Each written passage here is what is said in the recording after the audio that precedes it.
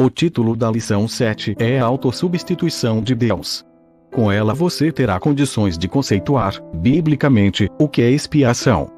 Deus, em sua misericórdia, desejou perdoar os homens pecadores, sem tolerar o pecado. Para isso, dirigiu contra seu próprio ser, na pessoa de seu Filho, o peso total da justa ira, a qual eles mereciam. O conceito bíblico de substituição, a definição da palavra substituição. Uma pessoa toma o lugar de outra, especialmente de modo a levar sua dor e livrá-la dela. Temos exemplos de altruísmo, atitude que visa o bem-estar do próximo, na Bíblia. Em Êxodo 32, Moisés estava disposto a ter o seu nome apagado do livro de Deus, se tão somente com esse gesto Israel fosse perdoado. O apóstolo Paulo expressou esse princípio em Romanos 9:1-5, diz que desejaria ser separado de Cristo por amor dos israelitas. O conceito bíblico de substituição. Hebreus 9:22, sem derramamento de sangue, não há remissão. Portanto, não pode haver perdão sem o sangue, como também não pode haver expiação sem substituição. Tinha de haver vida por vida ou sangue por sangue. Somente o precioso sangue de Cristo tinha valor suficiente. Vejamos a relação entre Páscoa e levar o pecado. Ambos são conceitos que nos ajudam a compreender melhor a autossubstituição de Deus. A Páscoa foi uma mensagem absolutamente clara aos israelitas, e igualmente a nós que vemos o cumprimento da Páscoa no sacrifício de Cristo. Como percebemos a seguir, Deus passou como juiz através do Egito de modo a julgar os egípcios, e como Redentor passando por cima das casas dos israelitas a fim de protegê-los. É o mesmo Deus, que por intermédio de Cristo, nos salva de si mesmo. A salvação foi por intermédio da substituição. Os únicos primogênitos poupados foram aqueles em cujas famílias um cordeiro tinha morrido em seu lugar. O sangue do cordeiro, depois de derramado, devia ser aspergido, quer dizer, borrifar com pequenas gotas de sangue. Devia haver uma apropriação individual da provisão divina. Deus tinha de ver sangue antes de salvar a família. Cada família salva era, pois, comprada para Deus. A vida toda deles agora pertencia a Ele, e estavam livres para ir ao Sinai celebrar. Aplicação para nossa vida. Para que pudéssemos adorar a Deus, Ele se deu através de Jesus, o Cordeiro Pascal, que morreu em nosso lugar, derramando seu precioso sangue para nos fazer livres para adorarmos. A noção de levar o pecado não significa que Deus se tornou simpatizante dos pecadores, mas sim que sofreu a penalidade as quais cabiam a eles.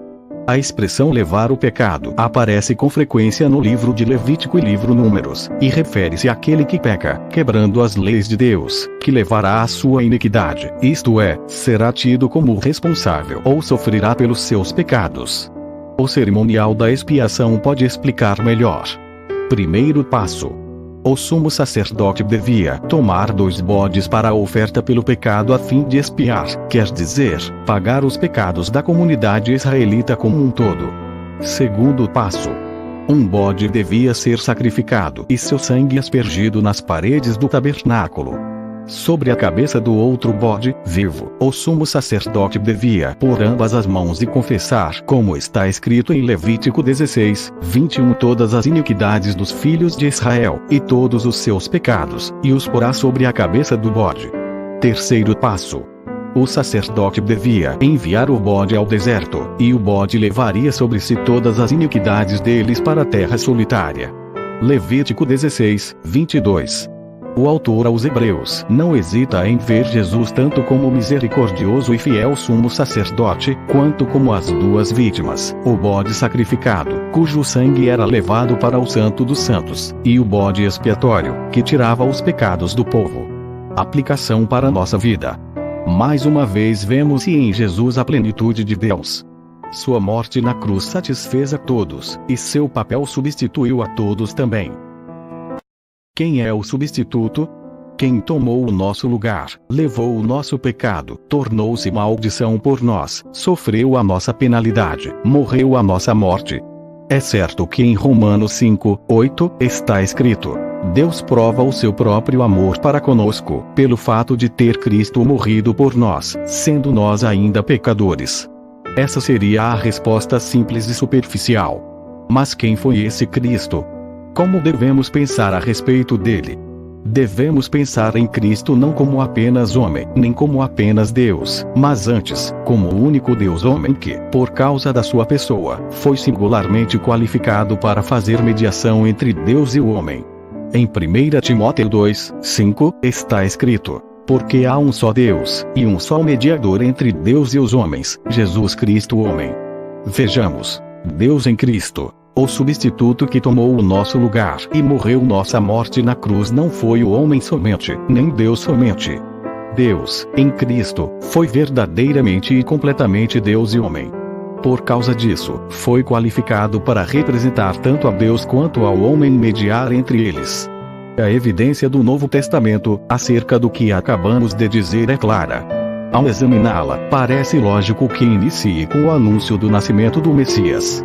Os nomes que ele recebeu foram Jesus, Salvador, Divino ou Deus, Salva, e o nome de Emanuel, Deus conosco, pois no seu nascimento o próprio Deus tinha vindo resgatar o seu povo, salvá-lo dos seus pecados. Apóstolo Paulo confirma dizendo: tudo provém de Deus, que nos reconciliou consigo mesmo por meio de Cristo e estava em Cristo, reconciliando consigo o mundo. Portanto, Deus e Cristo estavam juntos e ativos na obra da reconciliação. Conclusão: a doutrina da substituição afirma não apenas o fato, Deus substitui-nos por Cristo, mas também a sua necessidade. Não havia outro meio pelo qual o santo amor de Deus pudesse ser satisfeito, e os seres humanos rebeldes pudessem ser salvos.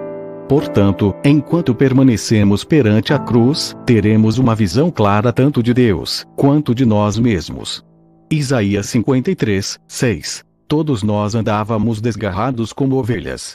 Cada um se desviava pelo caminho, mas o Senhor fez cair sobre ele a iniquidade de nós todos.